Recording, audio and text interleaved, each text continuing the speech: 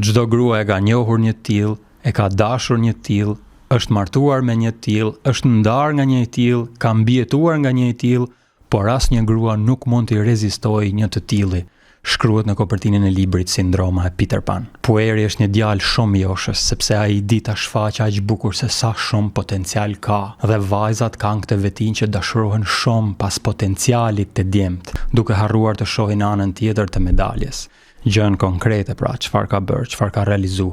Ato gjojnë vetëm ato çfarë ai thot se do të bëj, sepse ka marrë një shkollim të mirë, ka plot ide fantastike, ka njerëz mbrava që e mbështesin dhe u mjaftojnë këto, duke harruar të shohin mënyrat specifike se si ai e ka përkthyer një pjesë të potencialit të tij në diçka fizike, konkrete, të prekshme, të matshme, në natyrë, në materie.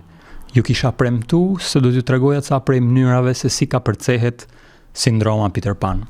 Dhe Jungu këshillon atë që asnjë puer nuk do që ta dëgjoj. Kura e puerit, thot Jungu, është puna e vështirë. Pra atë përvesh mëngët edhe t'i shtrohet punës së rëndë.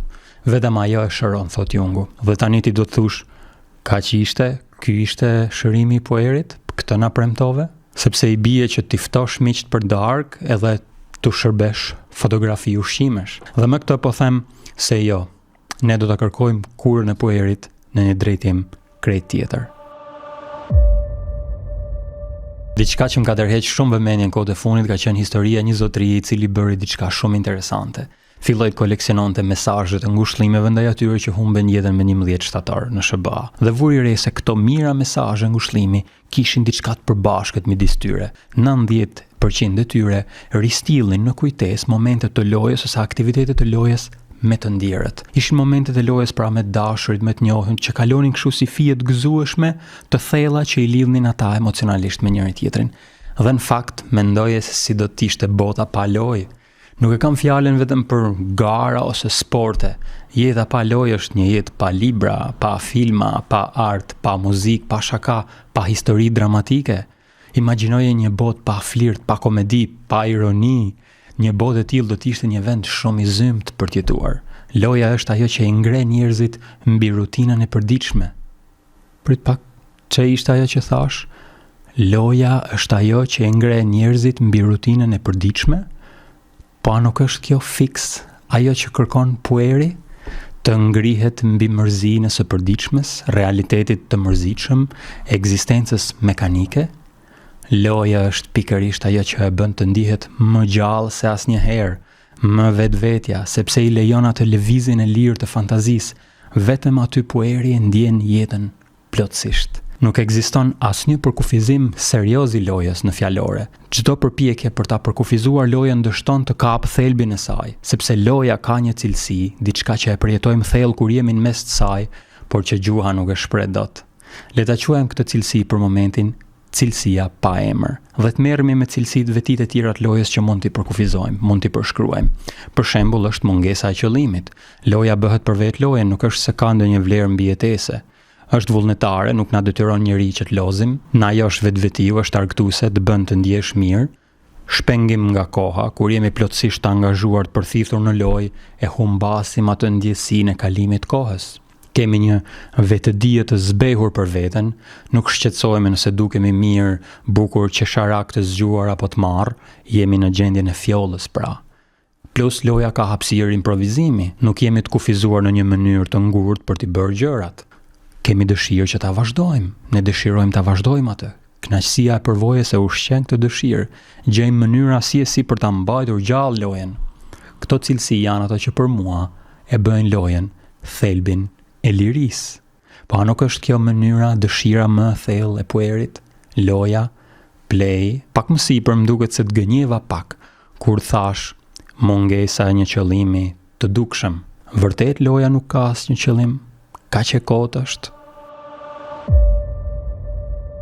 Statistikat thonë se mungesa e lojës gjatë fëmijërisë është po aq e rëndësishme sa çdo faktor tjetër në parashikimin e krimeve të tyre si të rritur. Tashi loja, një sjellje kaq e përhapur në të gjitha speciet, në të gjitha kulturat njerëzore, duhet ta ketë një vlerë mbijetese diku. Përndryshe natyra është e pamshirshme, do ta kishte eliminuar me kohë këtë sjellje të kotë, po të mos kishte një dobi diku të fshehur. një avantazh pra në kohë evolucionare. Vite egra që lozin atje në majt shkrepave do të kishin më shumë gjasa të mbijetonin pa lozur, nuk do të rrezikonin të binin nga shkëmbja atje duke bërë ndonjë marifet kështu të panevojshëm, që të rrezikonin pastaj të mos i përcjellnin gjenet e tyre fare me sukses në brezin tjetër. Kjo do të thotë pra se loja duhet të sjellë diku një avantazh kaq të madh sa të kompensojë edhe rrezikun e vdekjes. Në fakt, loja është e vërtetuar shkencërisht pse është e dobishme. Një teori madhore thotë se loja është thjesht një stërvitje paraprake për aftësitë që duhen në të ardhmen në jetë. Loja u jep krijesave pra një provë imagjinare, një version demo për sfidat dhe paqartësitë më vonshme të jetës. Ajo u lejon kafshëve të njohin mjedisin dhe rregullat e ndërveprimit me mikun dhe armikun. John Beers, studiuesi i sjelljes së lojës të kafshët, zbuloi diçka të jashtëzakonshme. Sasia e lojës lidhet drejt për drejt me zhvillimin e korteksit frontal të trurit, selia e funksionit ekzekutiv pra, që na ndihmon me dallimin e informacionit të rëndësishëm nga i parëndësishmi, organizimin e mendimeve, frenimin e impulseve tona, planifikimin, është aftësia për të ndarë një detyrë të vështirë në pjesë më të vogla dhe pastaj për t'i ndjekur plotësimin e tyre. Që ndër të tjera, ky funksioni ekzekutiv është ajo që mbetet e pazhvilluar te fëmijët me ADHD. Më duket se aksidentalisht zbulum kurën ADHD-s të njerëzit pra. Krijimi i këtyre skenarëve për demek me demek gjas me kinse të jetës rezulton të jetë përfitimi i vërtet i lojës. Dhe tash bomba e dytë është kjo. Rritja e trurit të mit në eksperimente klasike u shkaktua nga ekspozimi i tyre në një mjedis me lojra të pandërprera dhe ndërveprim i rregull social me mijë të ri. Ç'a sugjeron kjo? Kjo sugjeron se loja pas ka një lidhje të fortë me rritjen e trurit. Në fakt e vërteta e madhe është kjo. Loja është një nga shpikjet më të sofistikuara të natyrës. Mënyra e saj geniale për t'i lejuar një truri kompleks të ndërtojë vetveten. Pse e them këtë? Mendojeni pak. ADN-ja jon është shumë e pakët për të koduar, për të përcaktuar saktësisht se si duhet të lidhen 100 bilion neuronet me njëri tjetrin në trurin tonë. Çdo neuron ka minimumi 10.000 lidhje me të tjerë. Pra i bie 100 bilion në fuqi 10.000. Në vend që të marrë instruksione nga DNA-ja, truri lidhet vetë nëpërmjet simulimit të këtyre skenarëve për demek me demek nëpërmjet lojës. Nga ana tjetër, kur loja mohohet për një periudhë të gjatë, gjendja jonë shpirtërore ngryset, e humbim gjallërinë. Ka prova laboratorike të dokumentuara mirë që tregojnë se ekziston një deficit loje njësoj si që ekziston një deficit gjumi për shëndetin. Sa herë ka ndodhur ty që të bësh diçka krejt për qejf, për lojë, just for fun, që nuk të shërbente asgjë në atë moment, por rezultoi se kjo ishte gjëja më e mirë dhe më e zgjuar që ke bërë në jetën tënde. Në lojë ne rikujtojmë një version pra demo të jetës, që të mësojmë aftësitë që duhen për jetën. Truri skalit vetveten. Dhe pueri ka ngecur pikërisht këtu.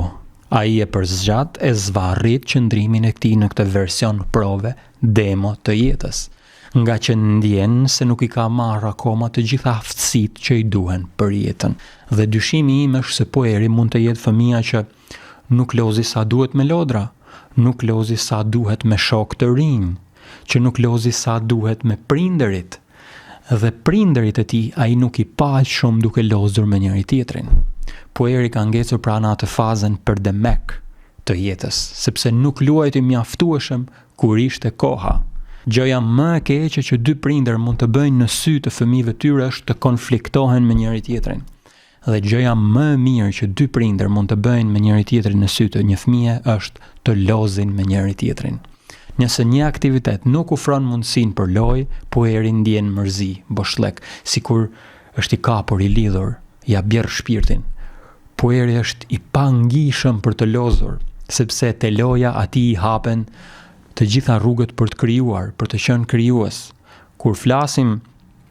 Sa herë flasim për evolucion, jemi mësuar që të mendojmë për mbijetesën e më të aftëve për të përshtatur, për zgjedhja natyrore pra që eliminon të dobtit. Por kjo është vetëm gjysma e historisë. Përpara se natyra të përzgjedh, duhet të krijojë në fillim, që të ketë çfarë të përzgjedh. Dhe krijimi është një lojë e pastër natyrës. Natyra luan me gjenet, muton, rikombinon, gjeneron versione të çuditshme dhe të papritura të specieve. Darwin i quante këto krijime të natyrës, i quante sporte, veçori pra jashtë normave, jo të domosdoshme, eksperimente biologjike.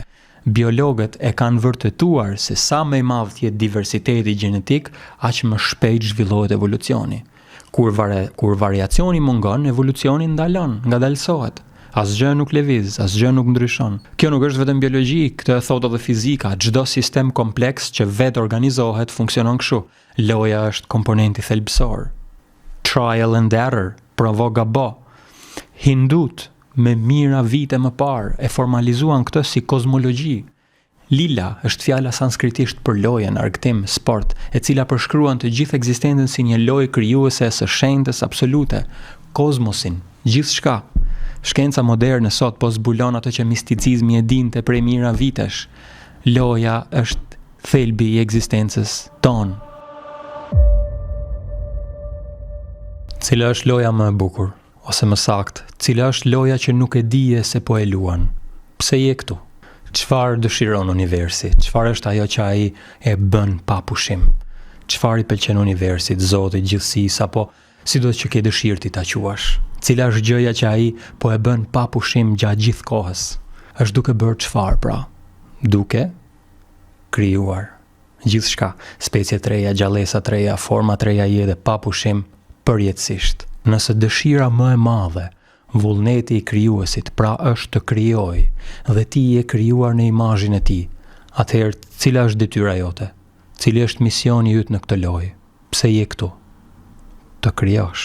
Ti je krijuar në imazhin e tij sepse çdo qelizë e trupit tonë është një pjesë tërësore e së tërës, që do të thotë se secila qelizë, ne kemi triliona në trupin tonë, edhe pse është një fragment i vogël i trupit, përmban në vetvete të gjithë gjenomen e vezës së fekunduar që krijoi organizmin, që do të thotë se çdo qelizë mban brenda vetes së saj dijen, harten, inteligjencën krijuese, potencialin për të formuar të gjithë qenien njerëzore.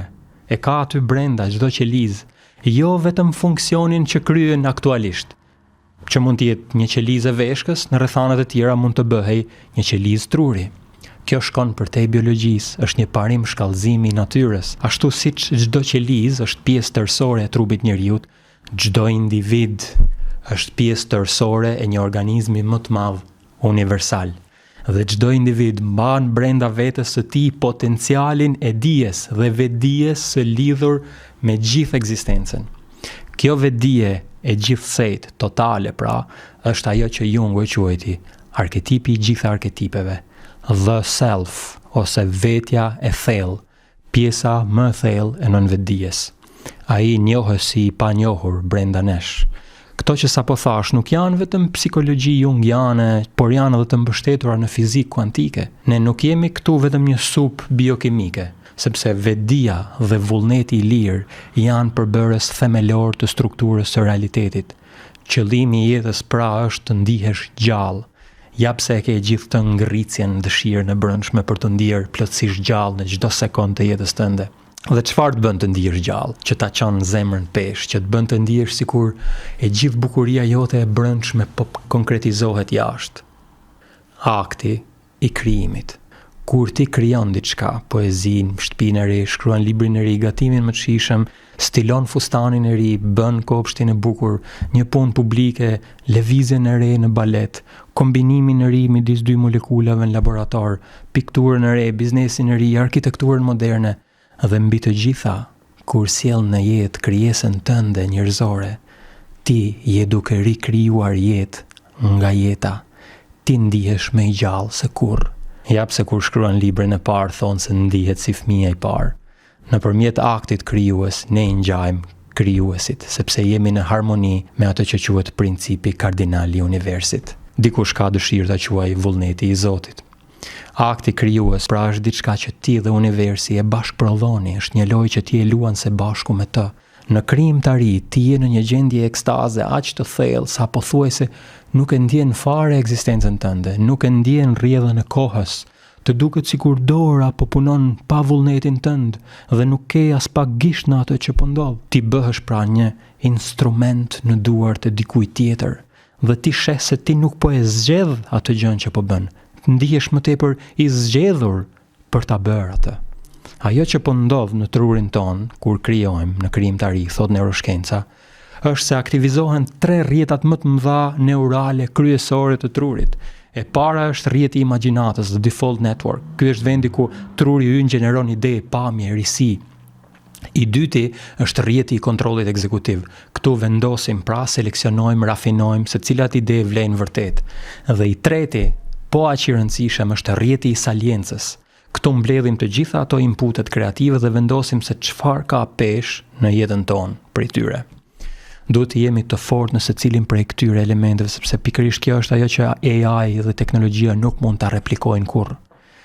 Akti krijues, krijimtaria, kreativiteti nuk janë vetëm ato që shërojnë puerin, janë mjekësia e së ardhmes. Ja çfarë thot John Ruskin.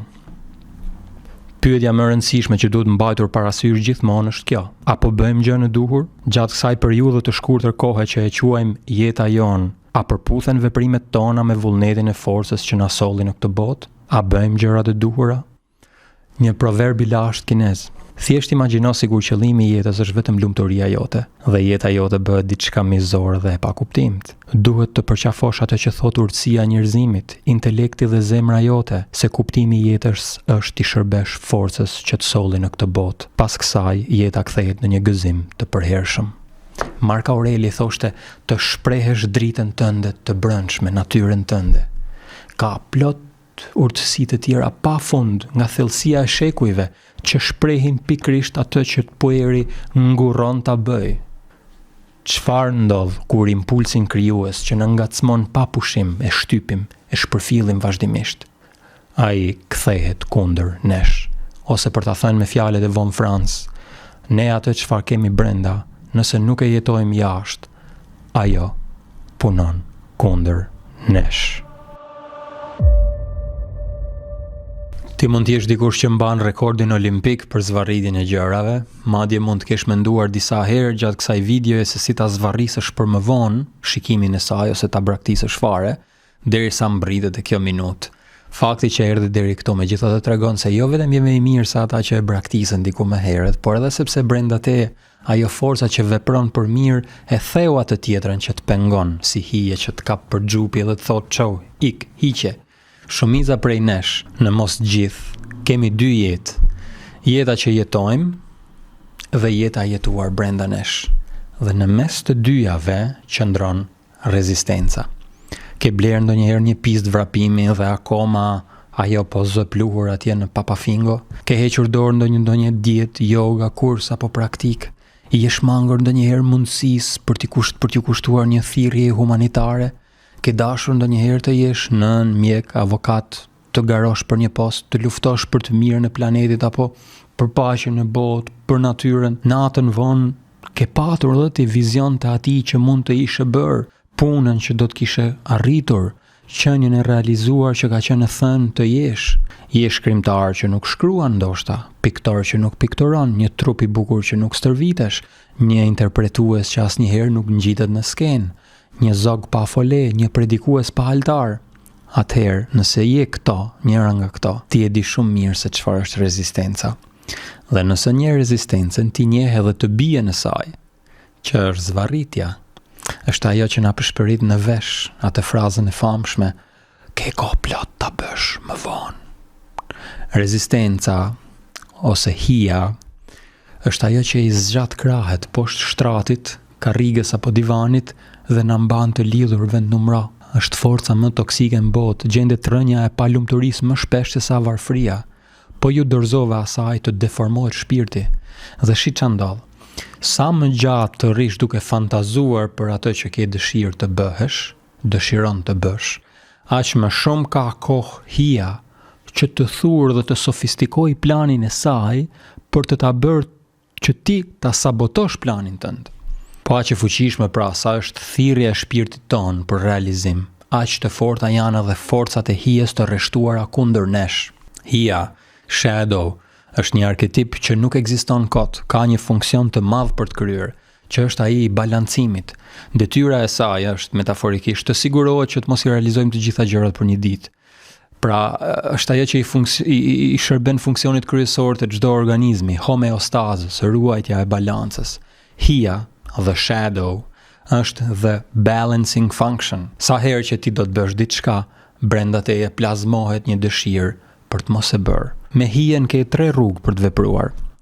E para është të luftosh sistematikisht, ta mohosh me forcë, duke shtrënguar dhëmbët. E dyta është ti jepesh, ti dorëzohesh pa kushte asaj. Dhe e treta është ta lozësh, ta vallëzosh, ta romantizosh. Nëse e luftoni duke e mohuar, duke i varrosur në trup emocionet e vështira, ato nuk vënojnë shumë dhe kthejnë në sëmundje psikosomatike. E keni dëgjuar shumë shpesh këtë historinë që një grua mëson se ka kancer, i mbeten 6 muaj për të jetuar, brenda pak ditësh ajo lë punën, rifillon ëndrrën për të shkruar këngë apo për të studiuar letërsinë klasike, apo të shërbejë me përkushtim të pamundurve. Miqtë e saj mendojnë se është e çmendur, nga ana e saj ajo asnjëherë s'ka qenë më e lumtur në jetën e saj. Pa pritmas, bën analizat dhe rezulton se nuk ka më asnjë sëmundje në trup. Ç'a ndodhi këtu? Kur ajo ju dorëzua aktit të krijimit, hyri në harmoni me principin kardinal të universit, me vullnetin e krijuesit, me atë çfarë është në veten e thellë. Ajo çfarë vetja e thellë po i kërkonte pa pushim. Për një periudhë jo të shkurtër të jetës time jam marrë duke studiuar gjërësisht të konceptin e të keqes. Kam shfletuar shumë sepse isha e fiksuar për të kuptuar nga ka zanafillin e keqja, pse ekziston djallëzorja. A është origjina asaj ignoranca, a vjen pra gjithë e keqja në botë nga mosdia, apo ka diçka tjetër? Ajo që më rezulton dhe jam plotësisht i bindur është se gjithë e keqja e ka origjinën, gjithë e qof largu vjen nga shtypja e impulsit krijues. Ç'a ndodh tani në rastin e dytë kur vendosim t'i dorëzohemi hijes plotësisht, t'i jepemi asaj, t'i bindemi komandës së hijes? Për këtë rast, askush më mirë më saktë se sa paragrafi i fundit në faqen 21 të këtij libri nuk mund ta shpjegoj. Hitleri donte të bëhej artist, e diti. Në të 18-tat mori trashëgimin e tij, 700 korona dhe u zhvendos në Vjenë për të jetuar dhe studiuar. Aplikoi në Akademinë e Arteve të Bukura dhe më vonë në Shkollën e Arkitekturës. Ke parë ndonjëherë ndonjë pikturë të tij? Ason. Rezistenca, lexoje Hija, e mundi. Quajet e tepërt, por do ta them gjithsesi. Për Hitlerin ishte më thjesht të fillonte luftën e dytë botërore se sa të përballej me kuadratin e bardhë të Kanavacës.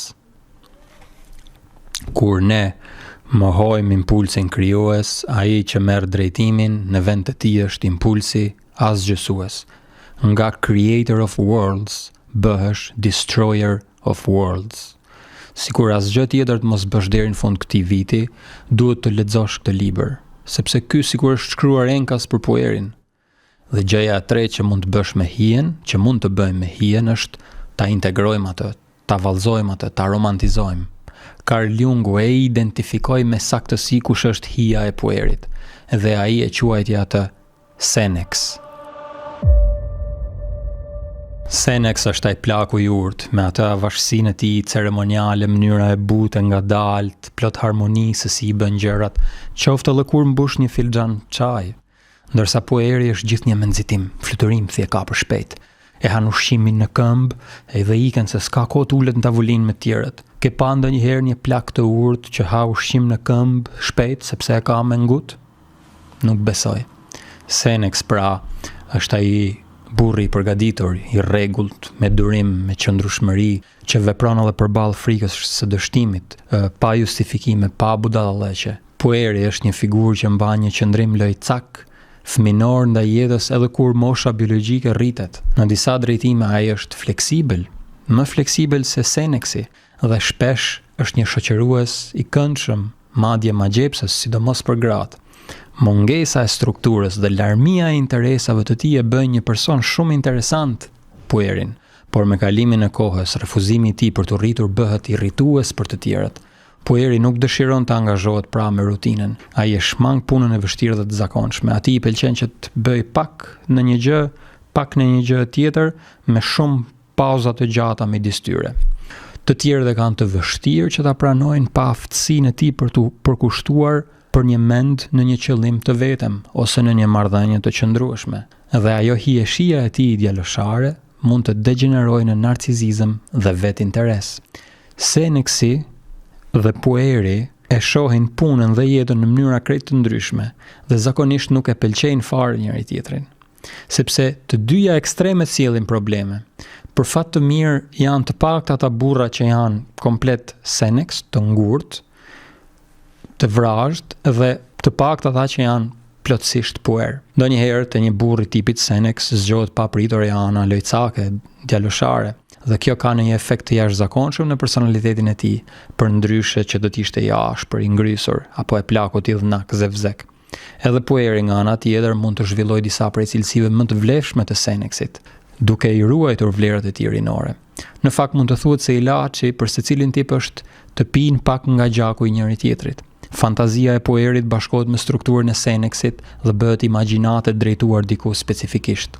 Shembull, të gjithë shkrimtarët e dinë se pjesa më e vështirë të shkruarit është të ulesh të shkruash, sepse kur ulesh, krijon një ritual, krijon një strukturë, dhe imagjinata, fantazia jote, krijuese duhet të kullojnë në një drejtim të caktuar për ato që i ulur të bësh, pra imagjinat plus strukturë. Harlisja e Dionisit takohet me rregullsinë e Apollonit. Peter Pani dhe kapiten Gremçi dhe bëhet kapiten Pan. Von Franz madje argumentonte se pueri mund të shërohet vetëm duke punuar, qoftë duke bërë punë të jashtme, qoftë duke bërë punë të brendshme, apo të dyja bashkë, që është akti krijues.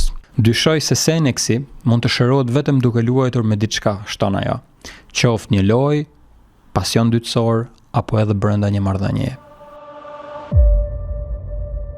Të gjithë flasin për Narcizin, por askush nuk flet për prindërit e tij. Kush ishin prindërit e tij?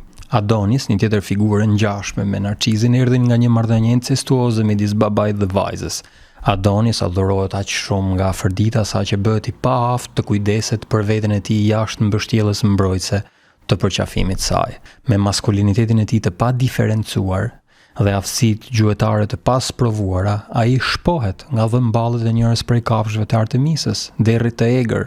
Në mënyrë të ngjashme, Narcizi, fëmia i lindur nga prodhunimi i nimfës Liriopa prej perëndisë së lumit Cephisjus, profeti i verbër Tiresias, e paralajmëron Liriopën të ëmën e Narcizit për fatin e tij me këto fjalë: Narcizi do të jetojë deri në pleqëri nëse nuk e njeh kurrë veten.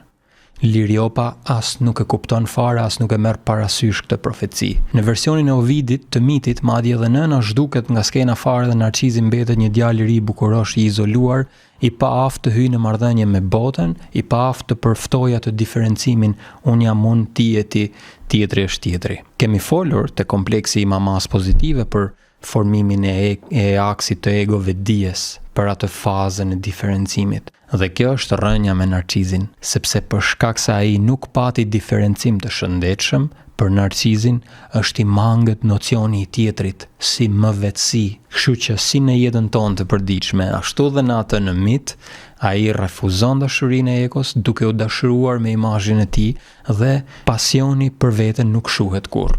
Ovidi sugjeron se etja që ka Narcizi, që kërkon të shuaj Narcizi në pelg, është një etje e brendshme.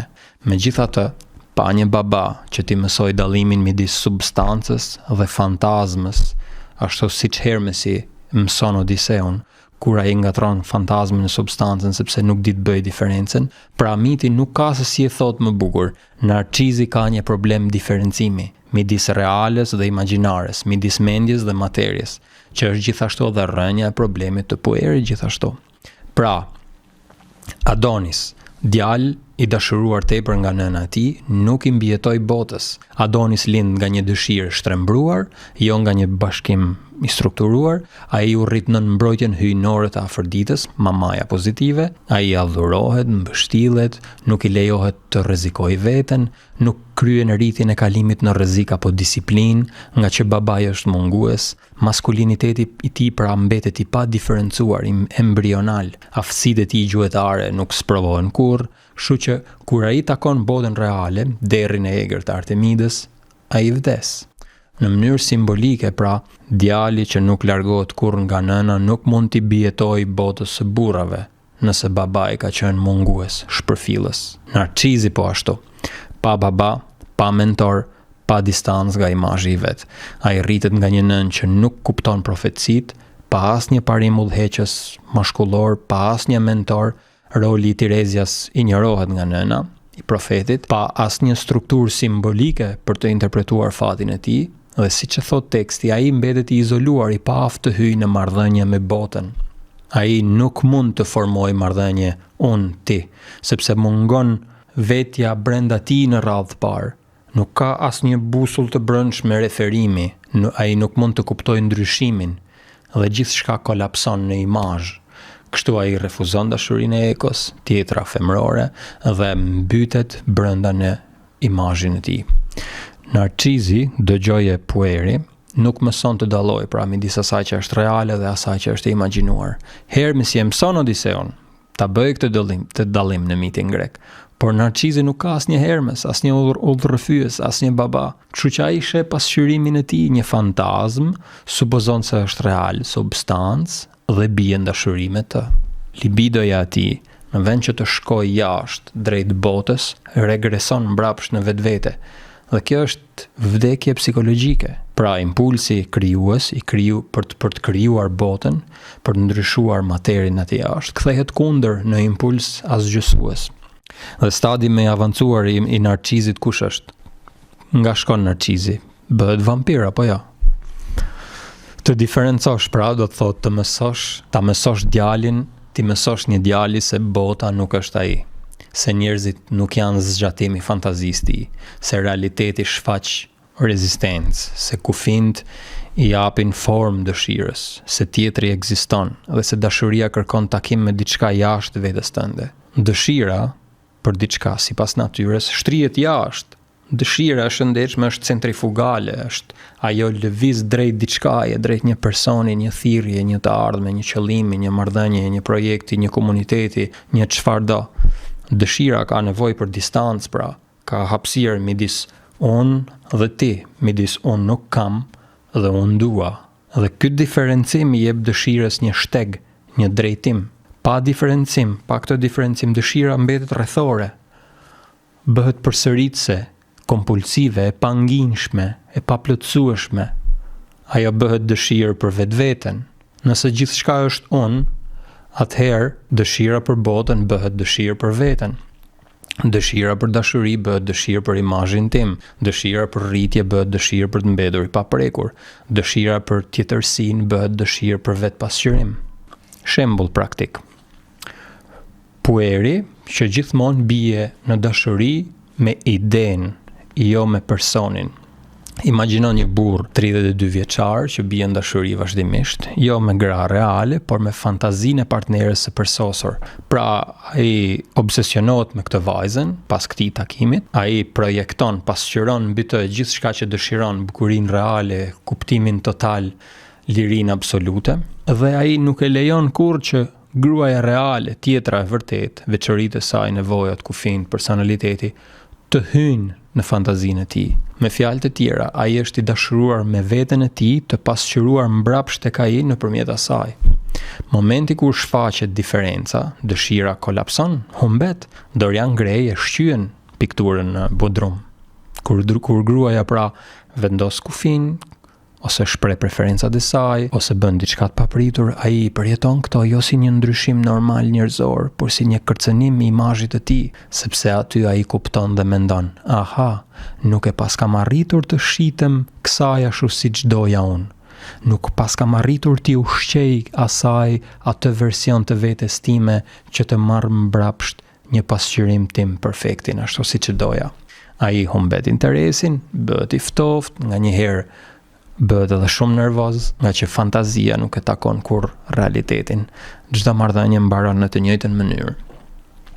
Projekcion intensiv në fillim, obsesion i ndjekur nga zhgënjim, sepse magjia ikën, i ndjekur nga ftohje që mbahet e fshehtë në fillim, i ndjekur nga fajsimi i tjetrit, i ndjekur nga vetmia, i ndjekur nga një projekcion tjetër mbi dikë të ri, pastaj në një lidhje të re.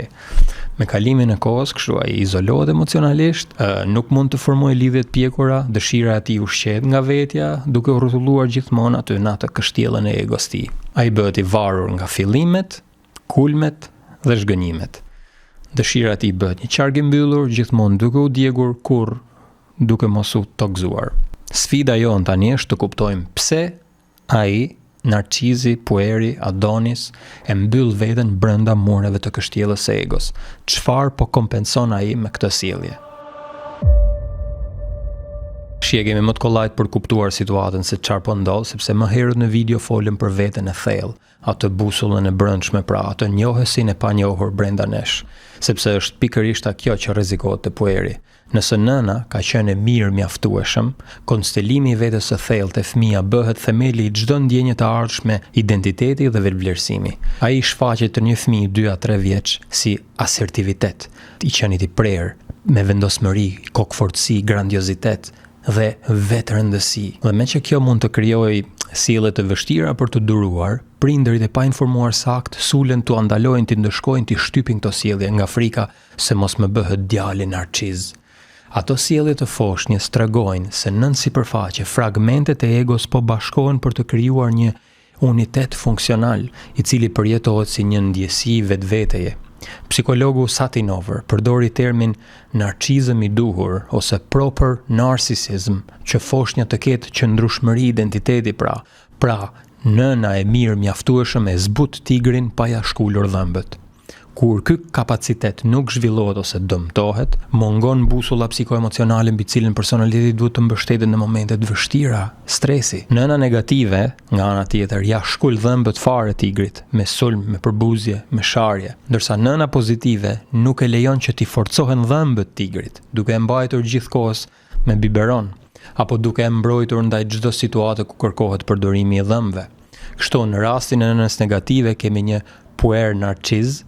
Ai e di se nuk ka dhëmb, por e fryn imazhin e tij që bota të ketë frikë nga putra, qimja e tij, e vendos pamjen pra hijen e tij dhe në kthim pret që bota të nxirrin pasqyra dhe për t'i konfirmuar atij se po, ti je Zoti, je i bukur. Dhe prapa ai mbetet i pangishëm gjithsesi sepse ai e di të vërtetën dhe mbetet i vetmuar në këtë dhomë pasqyrash duke parë reflektimet e vetes. Ndërsa në rastin e mamas pozitive, duke qenë se dhëmbët i ka, por nuk i ka përdorur kurrë, dhe as babai nuk ka lozur me të për demek, po ka cafytemi, atëherë ai ka frikë ta përty për realitetin, ti përshtatet botës së jashtme. Ai ndjen pra një paaftësi për të qëndruar në këmbët e veta, për të përqafuar rreziqet, sfidat dhe plotësinë e paparashikueshme të jetës, ose për të realizuar guximin, të jetosh, të gabosh, të biesh, të triumfosh, të rikrijosh jetë nga jeta, siç do thoshte James Joyce. I ka dhëmbët pra, e ka potencialin, por ka frikë se po i përdori, do t'i thyhen të gjithë një herësh dhe nuk i dalin prap. Kjo mosgadishmëri e puerit për të përfshirë atje në botën e jashtme e ka origjinën këtu mbrënda pra, tek një dështim i një përshtatje introverte, i një adaptimi introvert. Dhe përshtatja me botën e jashtme është thjesht pasojë dytësore e kësaj këtu, sepse nuk mund të përshtatem dot me botën e jashtme kur nuk kam një stacion të brendshëm të sigurt për t'u kthyer. Mungesa e një egoje të shëndetshme çon në kompensim, në krijimin e një egoje të fryrë. Kjo mungesë e ndjenjës së vetes së thellë, burimit kreativ, si një tërësie që ndrueshme sjell ndjenjë copëzimi dhe pavlerësie, që janë burimi i vërtet i frikës dhe turpit të fshehtë të puerit. Pikërisht, këto e shtyn puerin pra të ndjek ekstazën, të bëhet haj në substanca, në pije, në sporte, në baste, me femra, apo aventura tjera të rrezikshme që egoja fryrë të mos shpërbëhet. Kjo mungesë është baza pra e kërkimit të tij të pangishëm për një gjendje stabiliteti apo harmonie, blindimi, rrëthimi, kështjellimi, e cila sa do e përkohshme të jetë do t'i jepte atë ndjenjen e veçantisë, e kuptimit, e vlerës, dhe kështu do t'i falte iluzionin e një vetveteje. Ndërsa kur tigri zbutet pa ja shkulur dhëmbët, pra nëse nëna është e afti për t'sjellë fëmijës aspektet pozitive të arketipit të nënës, ajo zgjon të fëmia një ndjenjë sigurie bazike, një vazhdueshmëri të qenies dhe një përjetim pozitiv të botës. Pikërisht mbi këtë themel sigurie zhvillohet aftësia e fëmijës për të besuar te vetja, ashtu edhe tek bota. Ky besim bazë pra kompenson atë humbjen bazë e cila do të vijë pashmangshmërisht, si ndarja nga gjiri, vetdia graduale se është një individ i ndarë nga nëna ose zvoglimi i vëmendjes së nënës ndaj tij apo saj. Pra metaforikisht, edhe nëse mami nuk ma copton ushqimin që unë ta ha me kollaj, mund të përdor dhëmbët e mi dhe jam i aftë ta bëj këtë sepse i kam dhëmbët aty. Kur egoja fryhet, pas kësaj ajo ka vetëm një mision, të mbrojë veten. dhe kështu ndërton atë guackën, kështjellën dhe e përforcon gjithnjë më shumë. Duke lozur vetëm në mbrojtje të vetes, egoja fortifikuar shkputet nga origjina e gjithsejt e personalitetit, që Jungu e quante vetja e thellë, the self. Në këtë aks pra qëndron problemi të dyve, i puerit dhe i narcizit. Personaliteti ynë ka dy qendra, qendrën më të vogël, egon, e cila përfaqëson kryesisht vetdijen, dhe qendrën më të madhe, veten e thellë, që përfshin gjithë personalitetin tonë, si të vetdijshëm ashtu dhe të pavetdijshëm. Egoja është fluska, pra vetja e thellë është oqeani. Idealja do të ishte që këto dy qendra të kishin një marrëdhënie të ngushtë me njëra tjetrën, të jepnin të merrnin rregullisht. Atëherë fuqia dhe energjia vetes së thellë do të rridhte përmes egos, duke sjellë në jetë një jetë të gjallë, krijuese, të plotësuar, të përmbushur, një jetë ku realizohen si egoja ashtu dhe vetja e thellë. Është ai momenti kur njerëzit thonë i kanë plotësuar gjitha gjërat në jetë, jam i gatshëm të vdes i qetë. Por për fat të keq, për shkak të asaj që tham, ky komunikim prishet. Në vend të saj, mbetet një ego e izoluar, e fortifikuar, pothuajse krejtësisht e shkputur nga sugjerimet e vetes së thellë. Ndërsa jeta buron nga vetja e thellë, është në harmoni me principin kardinal, është e plotë dhe e përmbushur. Jeta që merret vetëm nga egoja është e varfër, është negative, jo krijuese. Kur egoja përpiqet t'i bëjë gjitha vetë, pa asnjë lidhje me qendrën e madhe, me veten e thellë, atëherë themi se është egocentrike. Mentori ynë në këtë pjesë do të jetë psikologu i famshëm Fritz Kunkel. Kunkel besonte se cilësia themelore e vetes së thellë është krijimtaria, dhe se një jetë e jetuar prej vetes së thellë para se gjithash është një jetë krijuese. Edhe kur nuk jemi të vetëdijshëm për të, kjo fuqi krijuese vepron në qendrën e brendshme të qenies sonë. Ajo nuk ndalon as kur jemi në gjumë, krijimtaria dhe inteligjenca e saj dallohet tek zgjuarësia dhe thellësia e jashtëzakonshme e ëndrave tona. Vetja e thellë do që të jetohet, pra ajo ka uri për përvoja që i mundësojnë të shprehet në mënyra krijuese. Kur vetja e thellë mohohet, krijimtaria e saj mund të kthehet përmbys dhe fuqitë e brendshme marrin një drejtim të kundërt, shkatërrues. E gjithë ekzistenca e të keqes në botë vjen nga kjo prishje komunikimi midis vetes së thellë dhe egos.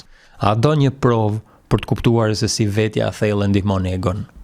Të gjithë jemi ndjerë në një situatë apo moment të vështirë në jetën tonë me presion shumë të madh, një moment krize të thellë, jeta vdekje dhe në atë çast njeriu arrin të bëjë një gest heroik, të krijojë një zgjidhje geniale, e shpik truni aty për aty, papritur, dhe kur ja dalim, shpëtojmë mrekullisht. Frazat që përdoren zakonisht janë se si mu dha të veproja ashtu ma dha Zoti.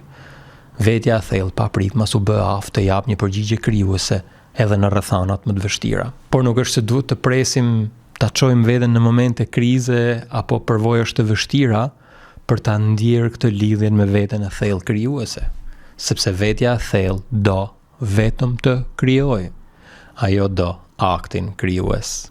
Burimi më themelor i kreativitetit është hyjnor, dhe në aktin tuaj krijues ju nuk do t'ja dilni që më herën e parë. Do të bëni disa prova, do të rrezoheni, sepse në mënyrë që akti yt krijues të burojë dhe të shpreh hyjnoren e vetes tënde të thellë, burimin e tij, ai duhet të plotësojë një kusht themelor si fillim. Nëse nuk plotësohet ky kusht, vetja krijuese refuzon të shndrohet në objekt apo në manovër marketingu. Sepse nëse ne përpiqemi ta posedojmë, ajo shmanget. Nëse mundohemi ta parallogarisim se si do reagojë, ajo vepron në mënyra të pallogaritshme.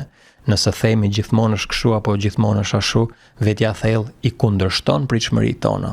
Nëse provojmë ta vëmë në shërbim të qëllimeve tona për pushtet personal, ajo do na braktisë. Me pak fjalë, ne nuk mund ta manipulojmë veten e thellë për përfitime egocentrike, nuk mund ta fusim oqeanin në flusk, sepse nga vetja e thellë buron diçka e ngjashme me dashurinë hyjnore. Të ljosh vullnetin e vetes së thellë, thoshte Kunkel, është e njëjta gjë me të bërit të vullnetit të Zotit. Dhe kushti kryesor që kjo të ndodhi është ky: the purity of your intent, pastërtia e qëllimit tënd.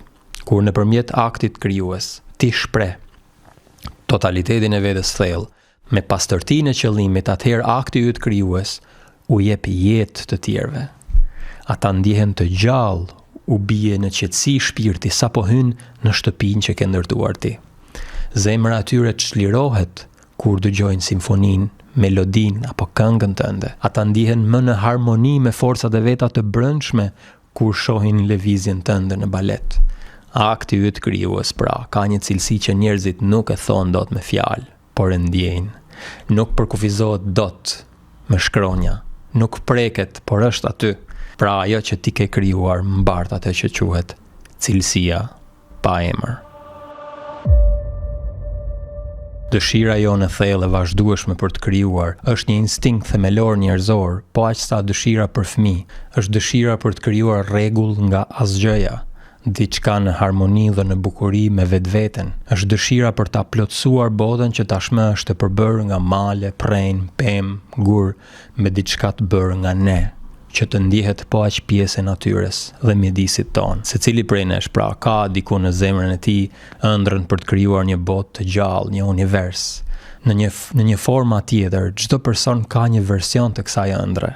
Kushdo qofsh ti, mund të kesh ëndrrën se një ditë do të ndërtosh një shtëpi sa më të bukur për familjen tënde, një kopsht, një shatërvan, një pellg me peshq, një dhomë të madhe të mbushur me dritë të butë, lule jashtë, të ndjesh aromën e barit të ri, por kjo dëshirë për të krijuar nuk është arbitrare. Ajo ka një cilësi të brendshme që e dallon krijimtarinë që jep jetë nga ajo që nuk jep jetë. Kur je përballë apo afër një pallati të lartë, një ngjyrë ngrysur, ti e ndjen se brenda vetes të krijohet një parehati, një si kaos i brendshëm, një ngatërrim pa rregullësie. Ndryshe ndjesh pranë një shtëpie në një fshat që nxjerr tym nga oxhaku e rrethuar me gjelbrim dhe pisha.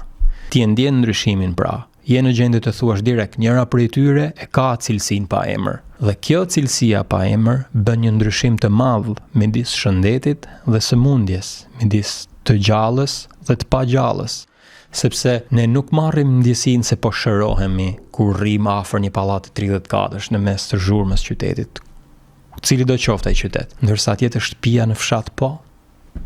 Nuk ndjem më të gjallë pra përballë asaj strukture ciklopike, se sa një bujtin atje në fshat. Në të vërtetë, kjo lirshmëri, ky shpengim nga kontradiktat e brendshme është pikërisht ajo cilësi që i bën gjërat të jetojnë, të ndihen të gjalla. Ti e ndjen direkt një person që është real, i vërtet me veten e tij të thellë, me një që nuk është.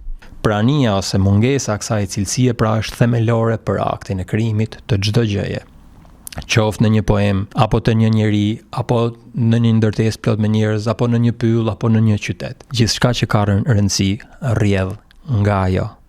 Megjithatë, kjo cilësi ende nuk mund të emërtohet. Fjala që ne përdorim shpesh për të folur për cilësinë pa emër është fjala e gjallë. Një zjarr për shembull i bërë mirë është i gjallë, ka një ndryshim të madh midis zjarrit që është një grumbull trungjësh që digjen dhe një zjarri që është bërë nga dikush që vërtet e kupton se si bëhet një zjarr. Ai e vendos çdo trung saktësisht për ta bërë ajrin të futet midis trungjeve pikërisht në mënyrën e duhur. Ai nuk i ton trungjet me një hekur, por ndërsa ata digjen i shkap njërin nga tjetri dhe e vendos përsëri ndoshta vetëm pak centimetër nga ku ishte më parë. Trungjet janë vendosur aq saktësisht sa formojnë kanale për erën. Valet e flakëve të verdha janë të plota dhe ngrihen përgjatë trungjeve kur era fryn. Çdo trung shkëlqen me një intensitet të plotë. Zjarri pra i vëzhguar digjet aq intensivisht dhe aq qëndrueshëm sa kur vdes më në fund digjet në asgjë. Kur shkëndia e fundit shuhet, nuk mbetet gjë veç se krejt pak pluhur në oxhak. Cilësia pa emër, do të thoshte një fizikant, është ai faktori që ul entropinë. Entropia është matja e kaosit në një sistem. Kur ti shpjegon dikujt diçka të komplikuar, ajo që ti po bën është se po ul entropinë, kaosin në mendjen e tij. Kur ti ndërton një biznes rreth një problemi që u zgjidh njerëzve, ti po ul entropinë e tyre. Kur ti krijon diçka të bukur, apo në një version më të bukur të diçkaje që ekziston, ajo që ke bërë se ke ulur entropinë, kaosin, sepse bukuri do thot simetri dhe simetria ul entropinë. Kur dikush të vjen ty në një gjendje të tronditur emocionale dhe ti gjen fjalët e duhura për ta qetësuar, ndoshta për ta bërë të ndjehet më mirë, trandja, që është një entropi e lartë, në qetësim është entropi e ulët e brendshme. Rehati, pra, principi tjetër kardinal është ky. Universi shpërblen ato forma inteligjencë që ulin entropinë. Dhe kur puna jote, krijimtaria jote, krijesa jote mbart këtë cilësinë pa emër, Njerëzit ndjejnë praninë e diçkaje më të madhe në të. Sikur ushtohet jeta i gjallëron i lartëson shpirtërisht, i prek në thellësi, madje njerëzve nganjëherë u vjen vetvetiu që të thonë dora e Zotit. Sepse kur krijon diçka që të tjerëve u jep jetë, kur krijon pra diçka jo nga fragmentimi dhe egoja e fryrë, por nga tërësia e vetes së thellë, ti ke rikrijuar jetë nga jeta. Sepse vetëm kështu, vetëm nëpërmjet aktit të krijimit që lind nga vetja e thellë, ti bësh pjesë e atij procesi të përjetshëm që universi po e bën, pa pushim, të krijoj. Dhe kjo është mënyra se si bëhesh i përjetshëm. Puer. Shumë kohë më parë, në një vend tepër të largët, gjendej një fshat i vogël, shumë i ngjashëm me fshatrat e tjera dhe sot. Kjo ishte shumë kohë më parë, shumë përpara se makineritë të ekzistonin. Në këtë fshat jetonte një djalosh i vogël. Kur lindi, në një moshë të hershme, prindërit i vdiqën dhe ai mbeti jetim. Ndërsa rritej, u bë qartë se ai kishte një aftësi të çuditshme, dukej sikur ishte i vetëdijshëm për gjëra që të tjerët nuk i vërenin. E dinte se ku ndodheshin gjërat e humbura, e dinte se ku ndodheshin lopët delet ku njerëzit nuk mund t'i gjenin, e dinte se kur po vinte një stohi madje edhe përpara se sa të shfaqej në horizont. Në fshat jetonte një grua shumë e moshuar, herbalistja, zonja e mjeksive natyrore. Ajo e mori në kujdestari djaloshin dhe nisi të arrisë. Ndërsa e rritte, e mësoi të hynte në pyje në livallë për të mbledhur bimet medicinale, në cilën orë të ditës duheshin mbledhur, si duhet t'i këpuste, si t'i thante dhe t'i përgatiste, që të kishin fuqi shëruese për njerëzit e fshatit, kur plakeshin apo sëmureshin. Dhe një ditë, për habin e djaloshit, plaka e thirri dhe i tha: "Ka ardhur koha." Djaloshi u habit: "Koha për çfarë?" Ajo u përgjigj: "Koha për të vazhduar udhëtimin tënd. Duhet të largohesh nga fshati. Të kam mësuar gjithçka që dija. Ke fuqi të madhe dhe mundësi të madhe. Duhet të shkosh në pyll, atje te plaku i urtë. Vetëm ai mund të çojë më tej në udhën tënde." Pas disa ditësh, plaka i tha se të nesërme në mëngjes duhej të nisej. Ai mbështolli gjërat e tij, nuk kishte qenë kurrë më shumë se gjysmë dite larg fshatit, ndërsa tani duhej të udhëtonte 3 ditë të tëra për ta gjetur plakun e urtë. Të gjithë banorët u mblodhen për ta përshëndetur, për t'i uruar fat në udhëtim. Ai u nis, eci gjatë, u lodh, ra nata, fjeti buz rrugës. Në agim u ngrit, vazhdoi, eci gjithë ditën derisa më në fund arriti në një pyll të madh. Kishte dëgjuar për të, por nuk e kishte parë kurrë këtë pyll. Kishte parë pyje, por ky dukej sikur shtrihej pafund në çdo drejtim. Ai hyri në pyll dhe ndoqi rrugën e vjetër, atë rrugën e shkelur që të çon në brendinë e pyllit. Eci gjatë derisa dielli ra, shumë më herët se zakonisht nga hija e pemëve. Përsëri gjeti një vend buz rrugës për të fjetur. Në mëngjes u ngrit me shpresën se ajo ditë do ta çonte te fundi i udhëtimit, eci gjithë ditën dhe kur po errësohej, përpara syve i doli një re tymi që ngrihej nga një pamje në mes të pyllit. Kur ju afrua, pa një shtëpi të vogël, me një sobë të jashtme prej nga dilë të tym dhe një kopësht të madh. Në mes të kopshtit, pa shpinën e një burri shumë të moshuar që po punonte tokën. Nuk ishte i sigurt nëse ky ishte njeriu që po kërkonte. U afrua për ta pyetur, por para se të thoshte ndonjë fjalë, plaku i tha: "Mirë se erdhe, të kam pritur." Djaloshi mbeti i habitur. Plaku i tha përsëri: "Përse ke ardhur?" Djaloshi hezitoi pak dhe pastaj tha: "Kam ardhur sepse më thanë që ju do të më mësonit udhët e alkimisë." Plaku i tha: "Ndoshta, cili është emri yt i vërtet?" Djaloshi u trishtua pak dhe ju përgjigj: "Nuk e di emrin tim të vërtet, gjithë jetën më kanë quajtur i vogli." E plaku i tha: "Atëherë duhet të fillojmë me besën e magjisë." Përsërit pas meje: "Kërkoj të mësoj që të mund të shërbej." E djaloshi përsëriti: "Kërkoj të mësoj që të mund të shërbej." E përsëriti disa herë që të mos e harronte. Plaku u kthye, ishte i gjatë, i dobët dhe kishte sy depërtues që të shkonin drejtë në shpirt. Djaloshi mori guximin dhe e pyeti përsëri: "A do të më mësosh udhët e alkimisë?" Dhe plaku ju përgjigj: "Kjo varet nga 4 gjëra." Djaloshi i tha: "Cilat janë ato?" Plaku i tha: "Nëse do të mësosh alkimin, apo çfarëdo gjëje tjetër, kjo varet nga cilësia e karakterit tënd, fokusi i vullnetit tënd, niveli i ndërgjegjësimit tënd dhe më e rëndësishmja mbi të gjitha, pastërtia e qëllimit tënd. Pastaj shtoj, mirë, tani mund të fillojmë.